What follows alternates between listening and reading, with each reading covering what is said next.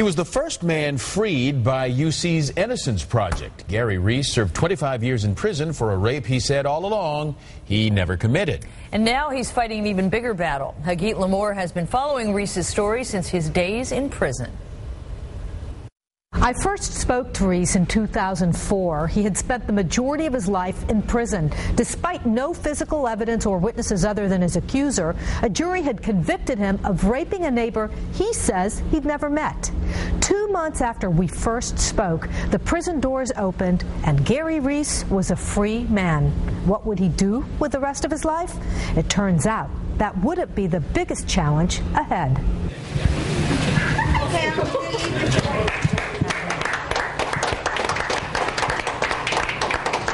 When Gary Reece walked out that prison door into the arms of the woman he'd married while behind bars, the years stretched out ahead. I'm euphoric. I'm in a state of bliss right now. He was 45, plenty of time to live the dreams he'd imagined those 25 years in prison. Hey, big boy, come here. He would play with the dog he had raised in prison, now home in Milford. That's my big boy.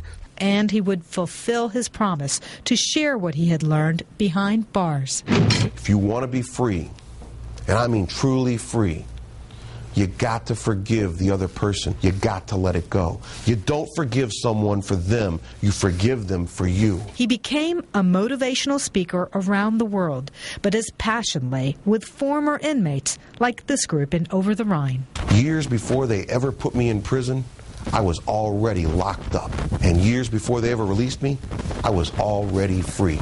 Before you seek freedom on the outside, you first got to seek freedom on the inside. He got a job finding them jobs and put behind the crime he first discussed with us while still behind bars in 2004.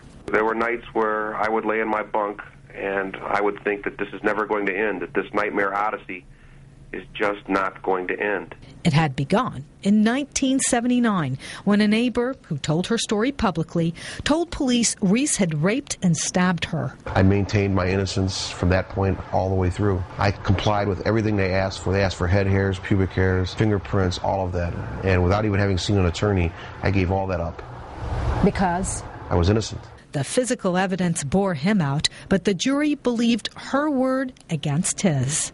Prior to my going to prison, I was an 11th grade dropout, a ne'er-do-well, slacker, an underachiever. That would change in prison. Only 20 when he started serving a 75-year sentence. He would get his GED, then a bachelor's degree, then spend 2 decades mentoring fellow prisoners, teaching the illiterate to read and write.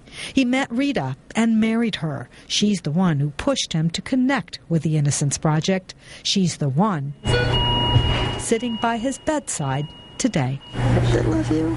3.5 years after his release, Gary Reece got cancer. Please get well. Please come back to me. He didn't let that defeat him either. He opted for a risky bone marrow transplant at the Mayo Clinic. A few weeks ago, we were told he was cancer-free, and we started celebrating again. Now he's dying. Rita Reece isn't ready to let go. You need to let me know what you want me to do. I love you. I don't want you to suffer. But if there's a chance that we're going to make it, I want to give it that chance. Despite what many predicted, she says their marriage only strengthened in their 6 years living together. He's definitely been an inspiration to anybody he's met.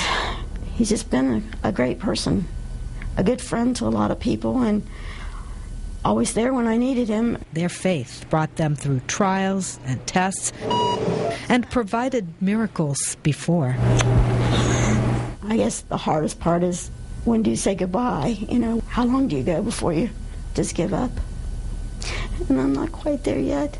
It's just that Gary Reece has beaten the odds before. When people ask me, am I bitter about having been in prison for crimes that I hadn't committed, I explain to them all the blessings that came my way as a result of being in prison. Reece told me everything started to change for him when he made the decision in prison that he wasn't going to be bitter, he was going to be better. We've checked back through the years. One reason Rita allowed us such an intimate look at this time in their lives. One last note. Because he was in prison, Gary Reece was uninsurable. Most companies refused to write policies on him. Those who would made it impossibly expensive. Rita drained her life savings for his medical care. They're in bankruptcy, and she's looking at losing the home she shared with Gary and their dogs. One more trial needing a miracle. If you want any more information on this story, just contact newsdesk@wcpo.com.